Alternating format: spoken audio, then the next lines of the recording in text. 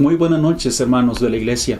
Es un placer dirigirme a ustedes una vez más en este miércoles a través de este medio para tener un estudio de la palabra del Señor. Vamos a abrir la Biblia en el Salmo 40. Ahí será el estudio de esta noche. Antes de entrar en el estudio, vamos a disfrutar de un especial musical. Que el Señor les bendiga.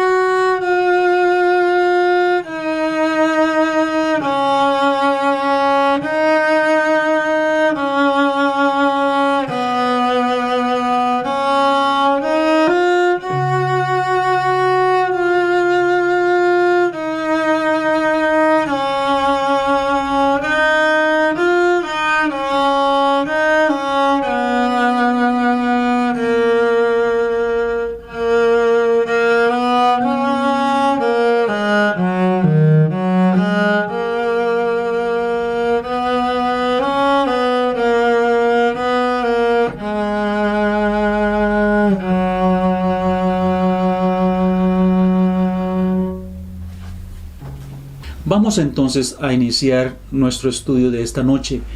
Salmo 40, iniciamos con el versículo 1. David es el que escribe el Salmo y dice así: Pacientemente esperé a Jehová y se inclinó a mí y oyó mi clamor. David era un hombre amado de Dios. Eso significa que Dios tenía en muy alta estima a este varón, a este siervo. Pero aunque David vivía o tenía una relación muy estrecha con Dios, él tuvo que esperar la respuesta de Dios. Tuvo que esperar. La respuesta no llegó de la noche a la mañana, como quizá él hubiera querido que sucediera. En varios de sus salmos lo oímos diciendo: Señor, apúrate a socorrerme. Señor, apúrate a socorrerme. Ese es uno de ellos. David quisiera que la respuesta llegara lo más pronto posible, pero no fue así. Y eso es de igual manera como a nosotros nos gusta que las peticiones sean contestadas, ¿no? Cuando llegamos a Dios en oración, usted y yo queremos que la respuesta sea lo más pronto posible. Si estamos tratando un asunto de enfermedad, por ejemplo, algo que nos está molestando terriblemente en nuestro cuerpo, y nosotros vamos con peticiones a Dios pidiendo su sanidad, pidiendo que Él nos consuele, que nos haga sentir mejor. Lo que nosotros quisiéramos es que esa petición sea contestada inmediatamente. Si me siento mal hoy y le pido a Dios por su sanidad, quisiera que la sanidad llegara ahí nomás, una vez que yo termine la oración. De igual manera, si estamos tratando otro asunto, por ejemplo, asunto de trabajo, que hoy es un problema muy común. Gente quedó, por motivo de la pandemia, mucha gente quedó con problemas de trabajo. Y lo más seguro es que piden a Dios para que Dios les conceda una forma de trabajar para recibir los ingresos que necesitan, para el mantenimiento. Y si pedimos a Dios por esto, ¿qué es lo que deseamos? Que Dios conteste lo más pronto posible nuestra oración. Hoy mismo, o lo más tardar mañana, que ya me llamen y me den un trabajo. Déjeme decirle que en la palabra de Dios vemos que Dios contestó oraciones a veces en forma muy rápida. Una vez que los hombres terminaron de orar, la respuesta ya estaba ahí. Y quizá usted lo ha experimentado en su vida. Yo lo he experimentado en mi vida en algunas ocasiones. Pero la mayoría de las veces nosotros vamos a tener que armarnos de paciencia y esperar la respuesta de Dios. Y es aquí, esperar pacientemente, donde muchos fallan. No quieren esperar. Quieren que Dios conteste tan rápido que después de 1, 2, 3 días de haber orado y no haber recibido una respuesta, entonces se deja de orar y se deja de pedir y se pierde la bendición. Y esto podría ser algo muy de nosotros, que vivimos en una época en la que las cosas todas se manejan tan rápido, ¿no es cierto? Vivimos en el tiempo de que todo es a un chasquear de dedos, como decimos. Todo tiene que ser hecho rápido, y entonces nosotros pensamos que Dios tiene que ser igual con nosotros. Tiene que ser rápido. Si no es hoy, ya no funciona, decimos nosotros. Pero realmente Dios se mueve en un tiempo muy diferente que usted y el mío, y tenemos que entender eso. Pacientemente, dice el salmista, esperé en Dios. Ahora, esta palabra paciente también puede estar indicándonos la perseverancia de David en sus súplicas. No es que él oró una vez y luego esperó a ver hasta dónde Dios le respondía, sino que lo que quiere decir es que él se mantuvo presentando la súplica delante de Dios con paciencia, no solamente orando una vez, pero orando constantemente a Dios hasta que Él le respondiera. No cesó de presentarse a Dios con sus peticiones. Hay un salmo donde podemos ver esto, quiero leerlo para ustedes, el Salmo 22. El Salmo 22, el versículo 2, dice así, oiga lo que dice, qué interesante. Dios mío, clamo de día. Aquí lo encontramos clamando en la mañana. Y dice así, y no respondes. O sea, él no recibió la respuesta inmediatamente cuando oró ese día. Pero oiga lo que sigue diciendo. Y de noche. ¿Qué significa? Que él clamaba también en la noche. Y no hay para mí reposo. Pero tú eres santo.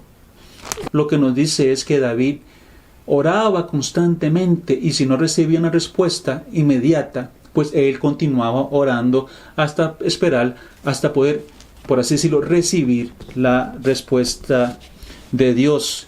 Y pues esta perseverancia en la oración nos recuerda, o me recuerda a mí, el caso de la mujer sirofenicia que encontramos en el libro de Mateo capítulo 7, versículo 25 y 26. Esta mujer, para contarle la historia, era una mujer que tenía un problema.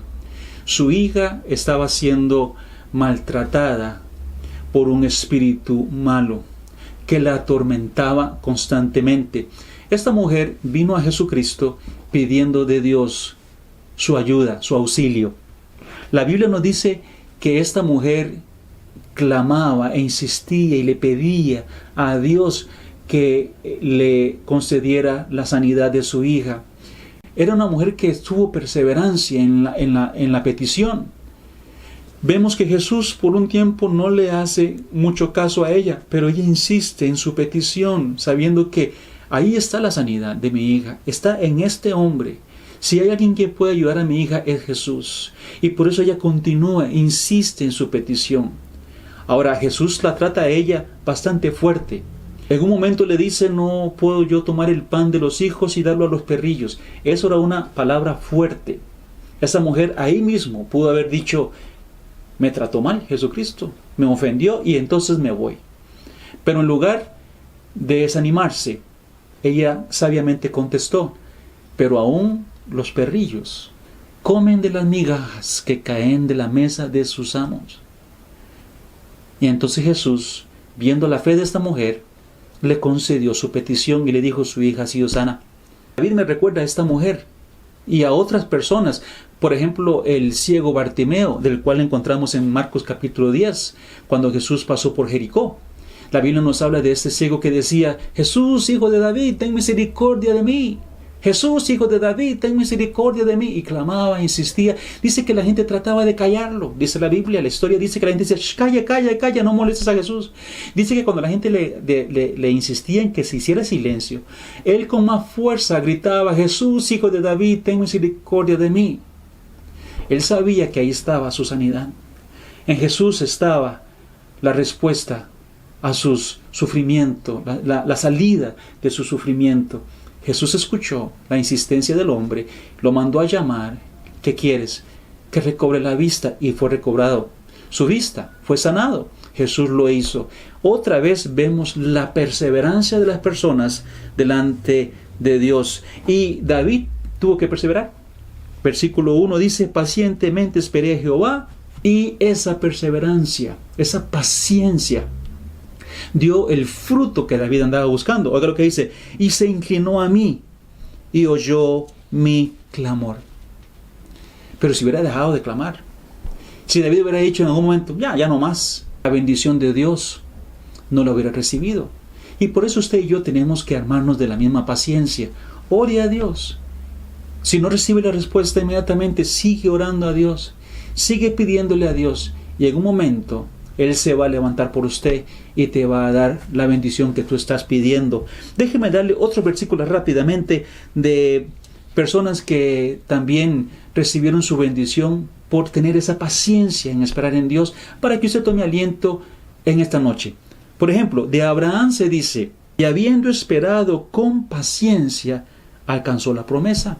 Esperó con paciencia y recibió la bendición. En el libro de Hebreos, capítulo 6, versículo 15. Ahí mismo en el libro de Hebreos, usted puede leer lo siguiente: porque os es necesario la paciencia, para que habiendo hecho la voluntad de Dios, obtengáis la promesa. Usted va a hacer la voluntad de Dios y usted va a recibir las promesas de Dios por hacer su voluntad. Pero esas promesas usted las va a recibir. Pero es necesario que usted se arme de paciencia. Ármese de paciencia. Nosotros entendemos y conocemos que pronto viene Cristo por su iglesia, en lo que se llama el arrebatamiento de la iglesia. Mientras ese tiempo llega, nosotros le servimos. Pero tenemos que tener paciencia hasta que llegue ese día. ¿Y cuándo va a ser? No lo sabemos. De ahí la necesidad de la paciencia para seguir firmes hasta el fin. En el libro de Santiago, capítulo 5, el versículo 7, leemos: por tanto, tened paciencia hasta la venida del Señor. Tenga paciencia hasta que Cristo venga. Mirad cómo el labrador espera el precioso fruto de la tierra, aguardando con paciencia hasta que reciba la lluvia temprana y la tardía.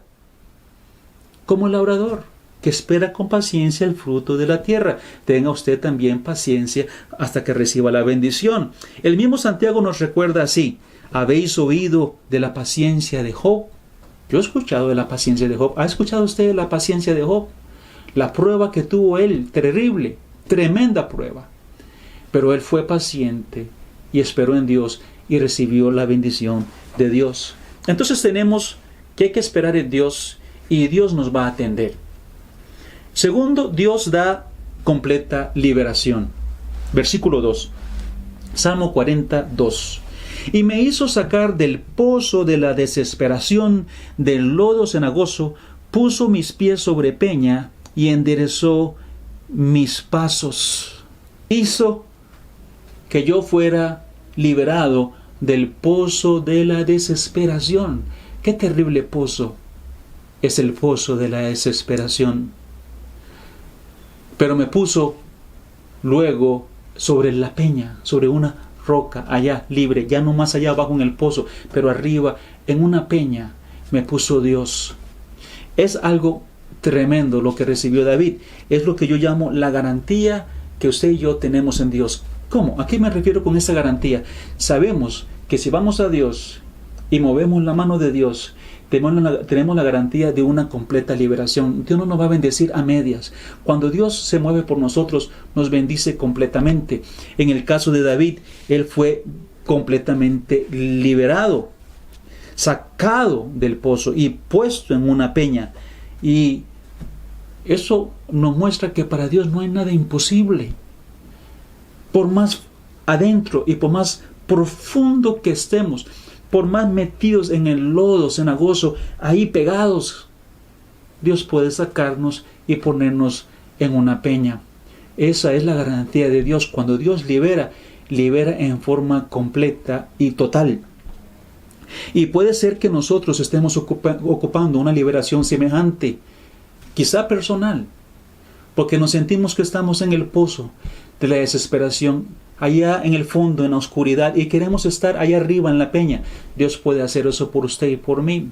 Dios puede hacer esto también para alguna persona que amamos, y por lo cual estamos rogando y pidiendo, como ya estudiamos de la mujer sirofenicia que pidió liberación de su hija, y Dios logró hacerlo. Dios lo hizo fácilmente. Solo lo dijo así: ya tu hija sana, y fue sana. Dios tiene ese poder. Recordemos los tres amigos de Daniel. ¿Se acuerdan de los tres amigos de Daniel? Sadrach, Mesach y Abed-Negó en Babilonia. Cuando ellos decidieron no adorar la imagen que había levantado Nabucodonosor. El rey les llamó y les dice, si no adoran mi imagen, si no la adoran, ustedes van a ser lanzados al lago o de fuego, al pozo de fuego, al horno de fuego. Y ellos respondieron al rey de la siguiente manera: he aquí nuestro Dios a quien servimos puede librarnos del horno de fuego, y de tu mano, oh rey, nos librará. Daniel 3:17.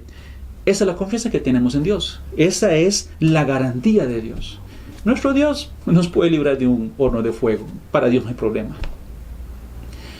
Y luego ellos van a decir, y si no, o sea, si es la voluntad de Dios que muramos quemados, sea como sea, seguiremos adorándolo a Él. A usted no, rey.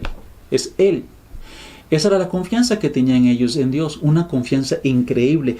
Porque sabían que con Dios tenían una garantía de liberación total.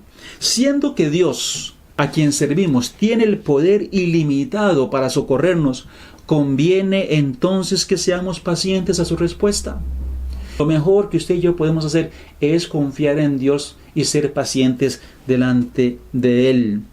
Conviene que le roguemos y que le roguemos hasta que su mano se mueva, porque cuando su mano se mueva va a haber una gran bendición para nuestras vidas. Recordemos aquella historia de cuando Pedro fue tomado y fue hecho prisionero para ser luego muerto. Iban a matarlo. Herodes había ya hecho algunas persecuciones, había matado a algunos de los cristianos, había matado a Jacobo y ahora pretendía matar también a Pedro, porque vio que el pueblo le gustó esto. Dice la Biblia que mientras Pedro estaba encarcelado, la iglesia hacía sin cesar oración por él. Sin cesar la oración. Rogamos por la... Yo me imagino a ellos diciendo, Señor, libera a Pedro. Señor, libera a Pedro. Señor, libera a Pedro. Pero era sin cesar. Era una oración de perseverancia y esperar en Dios, sabiendo que Dios puede dar completa libertad. ¿Y no le dio Dios a Pedro completa libertad? No mandó un ángel y lo sacó de la cárcel y lo libró completamente de donde se encontraba.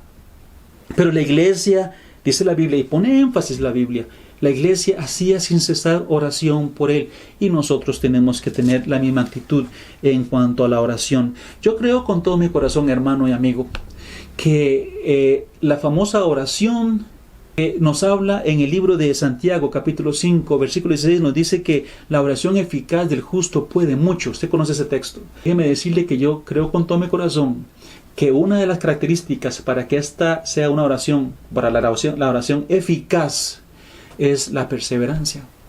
Una oración sin perseverancia no es una oración eficaz. La oración eficaz del justo puede mucho, y esa eficacia tiene que ver en la insistencia, seguir y seguir y seguir adelante, pedir a Dios, clamar a Dios constantemente, esperar en Él y no desmayar hasta que su mano sea movida a favor de nosotros. Esa es una característica de una oración eficaz, y muchas veces nosotros perdemos la bendición de Dios. La oración nuestra no llega a ser lo eficaz que tiene que ser, porque sencillamente decimos, ya Dios no contestó, ya Dios no se movió, y entonces dejamos de orar, y muchas veces muy rápidamente. Ahora, recuerde que Dios va a moverse por nosotros. Cuando Dios haga la liberación y Dios trae la bendición, nosotros tenemos que recordar que tenemos que ser, 1, agradecidos, 2, dar el testimonio debido, y 3, dar la adoración debida a Dios. Que su nombre sea exaltado. 3 cosas importantes en este versículo 3. La primera parte encontramos el agradecimiento, por así decirlo, un cántico nuevo, alabanza a nuestro Dios, dice David.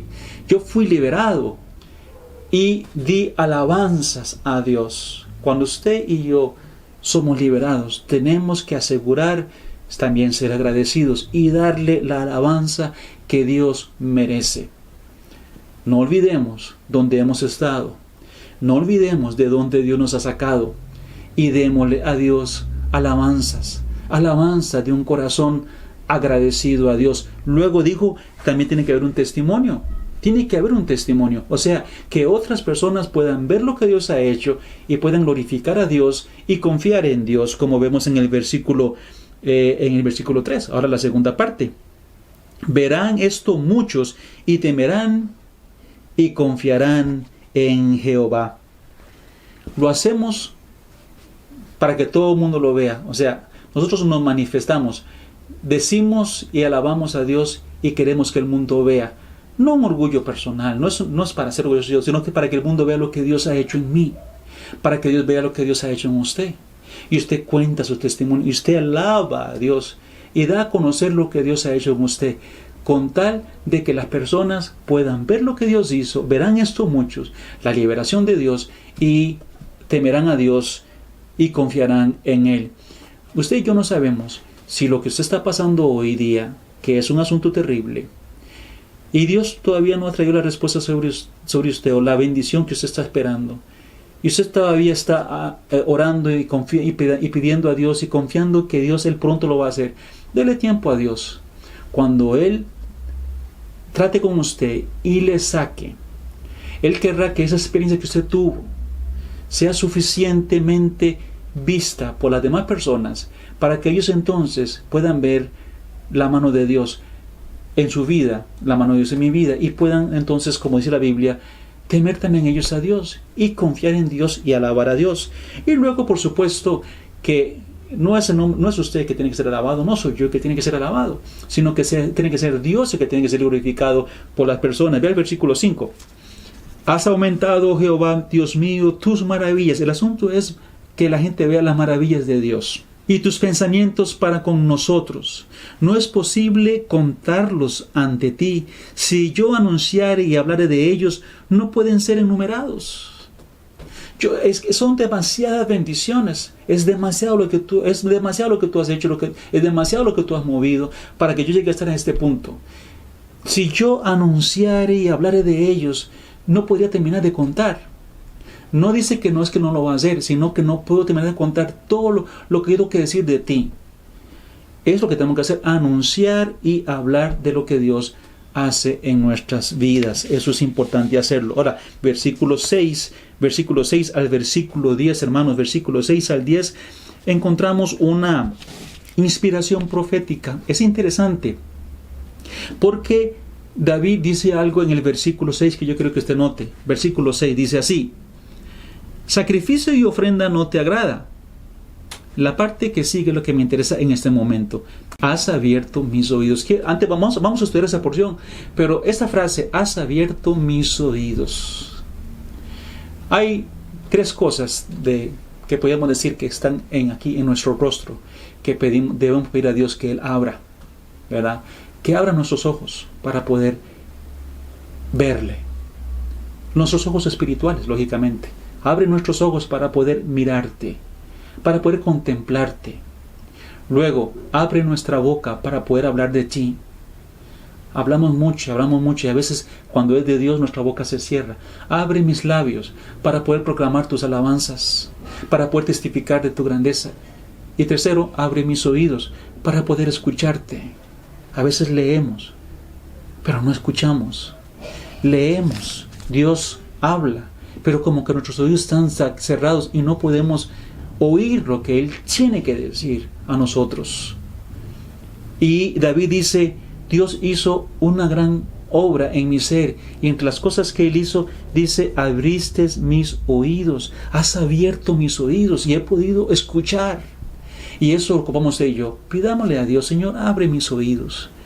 Y cada vez que escucho una predicación, y cada vez que yo voy personalmente en mis devocionales y abro la Biblia, y cada vez que voy en el camino y tu Espíritu me hable, que yo pueda escuchar con mis oídos espirituales. David recibió algo interesante, y vamos a leer los versículos 6 al 10. Sacrificio y ofrenda no te agrada, has abierto mis oídos, holocausto y expiación no has demandado. Entonces dije, he aquí vengo, en el rollo del libro está escrito de mí. El hacer tu voluntad, Dios mío, me ha agradado, y tu ley está en medio de mi corazón. He anunciado justicia en grande congregación. He aquí, no refrené mis labios. Jehová, tú lo sabes. No encubrí tu justicia dentro de mi corazón. He publicado tu fidelidad y tu salvación. No oculté tu misericordia y tu verdad en grande asamblea. Versículos 6 al 10. Ahora, estos versículos son una profecía mesiánica, pero hay varias cosas que yo quiero mencionar en estos versículos como lecciones para esta noche. Lo primero que quiero notar es lo siguiente: hay una clara diferencia entre dos cosas: sacrificios, holocaustos y obediencia. Por ejemplo, vamos al versículo 6 nuevamente: sacrificio y ofrenda no te agrada. Ahora, note el versículo 8: el hacer tu voluntad, Dios mío, me ha agradado, y tu ley está en medio de mi corazón.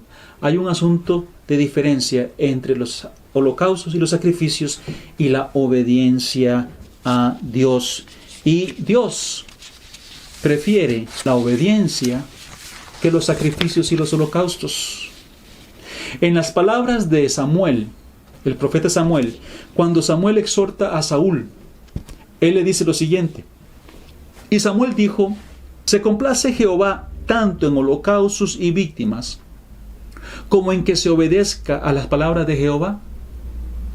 Ciertamente el obedecer es mejor que los sacrificios, y el prestar atención que la grosura de los carneros. Eso usted lo encuentra en el primer libro de Samuel, capítulo 5, versículo 22. Saúl había sido enviado en una misión contra Amalek. Tenía que destruir todo, pero aún así él perdonó lo mejor de las ovejas y las vacas y del ganado, y lo trajo, y de esos animales él iba a hacer un sacrificio a Dios. Pero Dios había dicho: yo no quiero sacrificios de las ovejas, ellas tenían que ser eliminadas completamente. El asunto es que Samuel le dice a Saúl: Dios prefiere la obediencia antes que los sacrificios y holocaustos. La obediencia es mejor para Dios. Y apliquemos esto a nosotros esta noche. ¿Cómo funciona con nosotros? ¿Qué serían los holocaustos y los sacrificios que nosotros presentaríamos a Dios? Me pongo a pensar que estos pueden ser los ministerios litúrgicos, por ejemplo. Cuando hablamos de ministerios litúrgicos, hablamos de aquellas cosas que hacemos cuando estamos en un culto, en una congregación, en una iglesia local. Y trabajamos, hacemos aquí, y damos estudios, y limpiamos el piso, y cantamos, y ofrendamos. Muchas cosas hacemos en la liturgia. Son nuestros sacrificios. Nos sacrificamos por ir a la iglesia muchas veces, hacemos un gran esfuerzo y evitamos muchas otras cosas que pudiéramos hacer con tal de mantenernos en un culto. Otros no solamente van a cultos, sino que también hacen viajes misioneros. Y dice: yo quisiera ir a visitar a un misionero allá en África o allá en China, y voy a hacer un gasto y un sacrificio para ir a visitar a aquel misionero y apoyarlo por unos días en la misión y luego volver. Es un tipo de ayuda o de sacrificio que se puede hacer. Pero el asunto es: nosotros pudiéramos hacer mucha liturgia y dar grandes ofrendas a la iglesia, una gran ofrenda, un montón de dinero a la iglesia para ayudar. O un viaje misionero como estos, viaje que cuesta mucha plata, lejos allá. Pero ¿de qué sirve todo este sacrificio si al final nosotros vivimos una vida fuera de la obediencia de Dios? ¿De qué sirven esos sacrificios si nosotros vamos a vivir una vida que no es consagrada? Entonces es cuando la Biblia se aplica a nosotros. Es mejor la obediencia que sacrificios. Estas cosas son buenas hacerlas. Ir a la iglesia es bueno, ofrendar es bueno, visitar misioneros es bueno. Pero tiene que ir acompañado de una vida consagrada, una vida de obediencia. No es algo que yo hago una vez, en un mes o un domingo, para luego seguir el resto de mi vida viviendo a mi manera. Así no funciona. En ese caso decimos: la obediencia es mejor que los sacrificios. Es lo que Dios nos quiere decir así. Ahora, yo quiero que volvamos otra vez al versículo 6 y lo expliquemos un poquito mejor. Sacrificio y ofrenda no te agrada. Has abierto mis oídos. Holocausto y expiación no has demandado. ¿A qué se refiere esto ya completamente en el texto? Es una profecía que tiene que ver con el Mesías. El asunto es que aunque Dios pidió los sacrificios y ofrendas que sabemos que se dan en el Antiguo Testamento, en el tiempo de la ley, y aunque el holocausto y las expiaciones eran un pedido de Dios, al final lo que la Biblia quiere decirnos es que ¿por qué no agradaron esas cosas a Dios? ¿Por qué no agradaron esas cosas al Señor?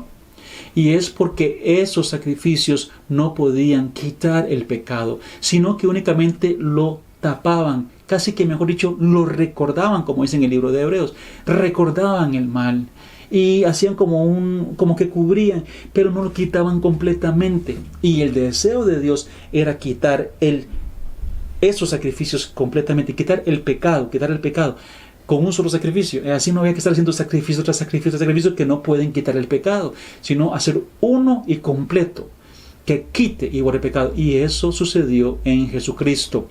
Ahora, si usted va al libro de Hebreos capítulo 10,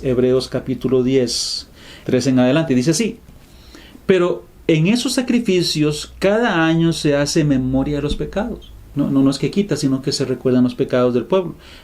Interesante, porque la sangre de los toros y de los machos cabríos no puede quitar los pecados, por lo cual, entrando en el mundo, dice: sacrificio y ofrenda no quisiste, mas me preparaste cuerpo. Holocaustos y expiaciones por el pecado no te agradaron.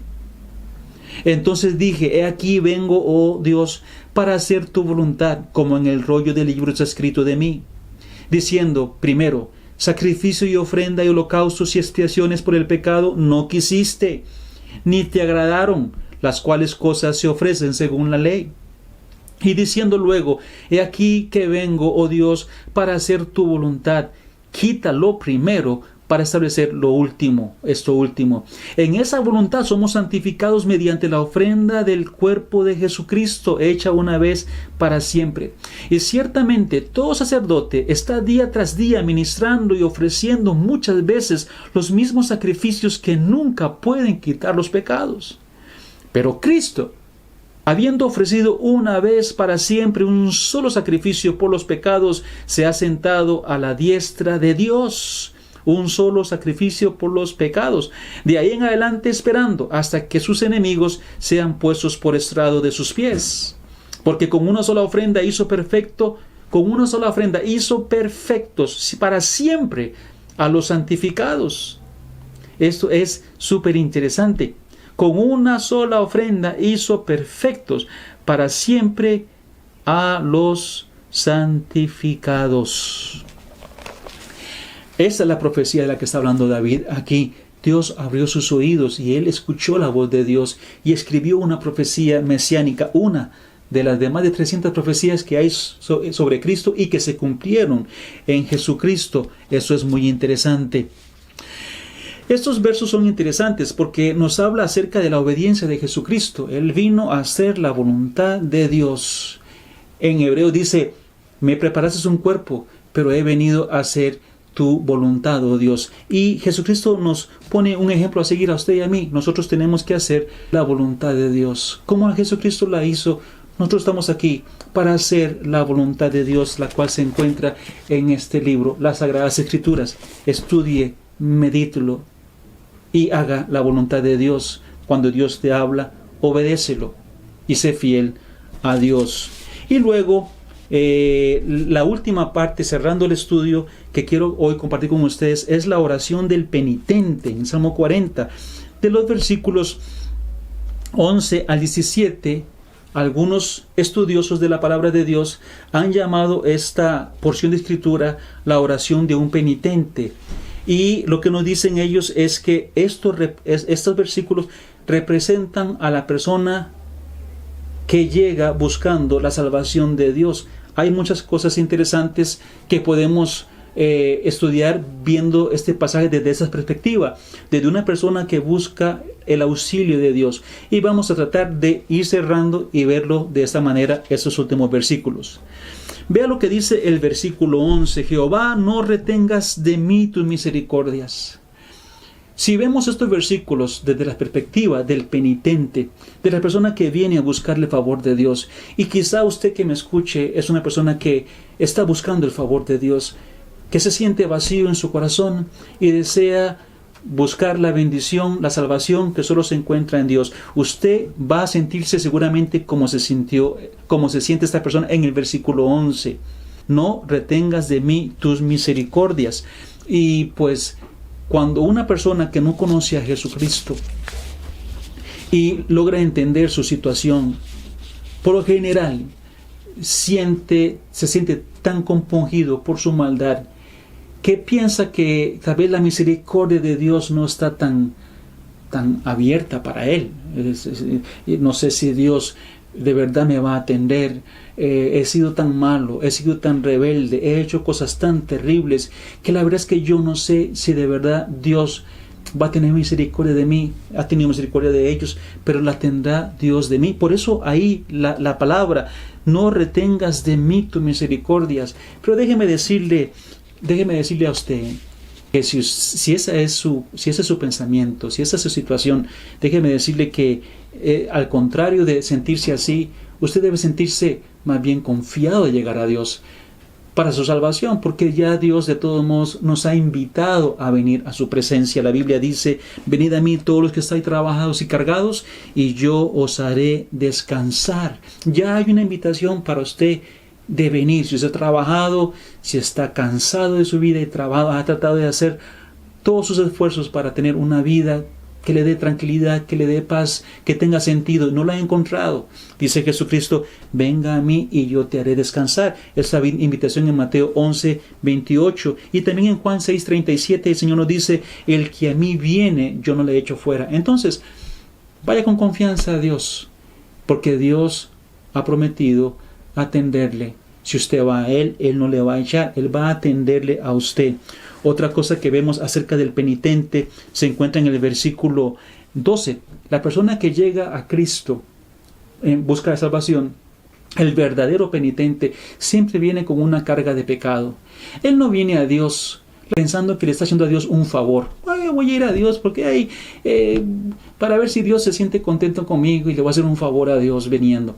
Eso no funciona así.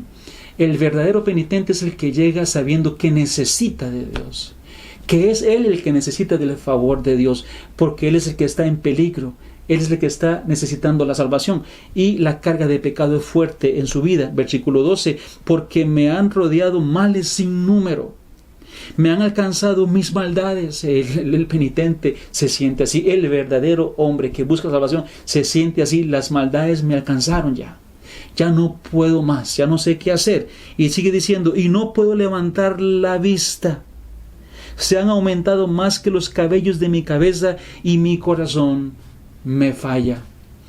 Los que recibimos a Cristo podemos recordar aquel día y cómo se sentía nuestro corazón en el momento de buscar la salvación de Dios. De verdad nos encontramos perdidos y sin esperanza, como dice ese versículo 12. El penitente se siente así, y puede ser que usted se siente así esta noche. Usted tiene que buscar a Dios, porque Dios es el que puede quitar esa carga de usted. Ahora, versículo 13. Quieras, oh Jehová, librarme. Jehová, apresúrate a socorrerme. Y esta es la oración de entrega. El hombre sabe que Dios es misericordioso, sabe que tiene una gran carga de pecado, y ahora le dice: Señor, apresúrate, socórreme. Y él busca el auxilio de Dios. Esta frase me recuerda al ladrón en la cruz, que miró y le dijo: Señor, acuérdate de mí cuando vengas en tu reino. Acuérdate de mí. Y Jesús le dijo: hoy estarás conmigo en el paraíso. Y eso es importante. El hombre es salvo. El hombre llega a ser salvo por confiar en Cristo, saber que Cristo es el único que puede rescatarlo. Y luego tenemos en el versículo 14 lo que llamamos la confianza y protección de Dios para el nuevo creyente. Sean avergonzados y confundidos aún a los que buscan mi vida para destruirla. Vuelvan atrás y avergüéncense los que mi mal desean. La persona que se convierte a Jesucristo va a encontrar antagonismo en su vida, va a encontrar personas que van a ir en contra de él, familiares que van a ir en contra de él, y va a entrar en una lucha con el reino de las tinieblas, porque el reino de las tinieblas ha perdido uno de sus hijos que se ha convertido a Cristo, y no van a dejarle en paz, van a querer destruirlo, van a haber enemigos terribles para esta persona. Y esta persona va a ocupar el auxilio de Dios. Y aquí es donde se encuentra: Señor, avergüenza a mis enemigos. Dice, hay muchos que buscan mi vida y la quieren destruir, pero quiero que tú los avergüences, que no los dejes, porque Dios se vuelve entonces el refugio de la persona. Pero entienda, va a haber lucha, va a haber pruebas. Eso de que usted se convierte a Cristo y todo va a ser como una cama de rosas, no es así. Entra una lucha, una batalla constante, una batalla diaria en la que ocupamos que Dios sea nuestra protección. Dice el versículo 16, viene el gozo de este nuevo creyente. Gócese y alégrense en ti todos los que te buscan. Y digan siempre los que aman tu salvación, Jehová sea enaltecido. Para este penitente que llegó a Cristo con esa gran carga de pecados, ahora lo que viene es una vida de gozo. No es una vida sin pruebas, pero es una vida de gozo. Y él no solamente se goza, sino que le dice a otros, gócesen también en Dios. Usted que ama a Dios, gocémonos en Él. Y Cristo llega a ser el gozo de su vida. Las cosas de Dios llegan a ser lo que Él amará ahora y por siempre. Quita ser cristiano las aflicciones de ninguna manera. Vea lo que dice el versículo 17, la primera parte. Aunque afligido yo y necesitado, Jehová pensará en mí. Entonces, yo voy a vivir la vida cristiana, dice este hombre. Ya estoy muy contento. Ya he pedido a Dios que me ayude a vencer mis enemigos. Y ya mi carga de pecado ha sido quitada. Pero Señor, aunque tenga que pasar sufrimientos, aunque tenga que ser afligido, porque vienen aflicciones. El ser cristiano no libra de las pruebas ni las tribulaciones. Es necesario que a través de muchas tribulaciones entremos en el reino de Dios. Pero lo que sí tienen que entender es que a pesar de las tribulaciones, tenemos la promesa del cuidado de Dios, promesa de que Dios va a estar con nosotros. Él lo sabía. Señor, aunque yo me encuentre en aflicción, tú pensarás en mí. Yo estaré en la mente tuya. Tú no perderás el cuidado de mí. Y eso es muy importante entenderlo. Y para terminar, pues hay una frase con la que quiero terminar el estudio. Es la última frase del capítulo. Dice, ayuda y mi libertador eres tú. Dios mío, no te tardes. Esta palabra, no te tardes, nos indica de que las aflicciones pueden llegar a ser de tal grado que estamos pidiendo a Dios una ayuda pronta, muy pronta. Pero la frase, no te tardes, es una frase muy humana, es muy nuestra, ¿no? Señor, no te tardes. Dios, la verdad es que Dios nunca se tarda. Pero lo que queremos decirle a Dios, y Dios creo que entiende la idea, es que, Señor, sea pronta tu liberación, sea pronto tu auxilio. Es lo que nosotros queremos, que sea pronto. Pero tenemos que esperar con paciencia su liberación, como hablábamos desde el principio. Porque al final de todo, Dios nunca llega tarde. Dios siempre llega a tiempo. ¿Por qué espera para contestarnos muchas veces? Solo Él sabe por qué. Pero Él tiene un tiempo para todo y va a llegar a tiempo para usted, va a llegar a tiempo para mí, para poder darnos la liberación o cumplir con la acción que le estamos pidiendo que Él haga. Él va a llegar a su tiempo, pero siempre a tiempo.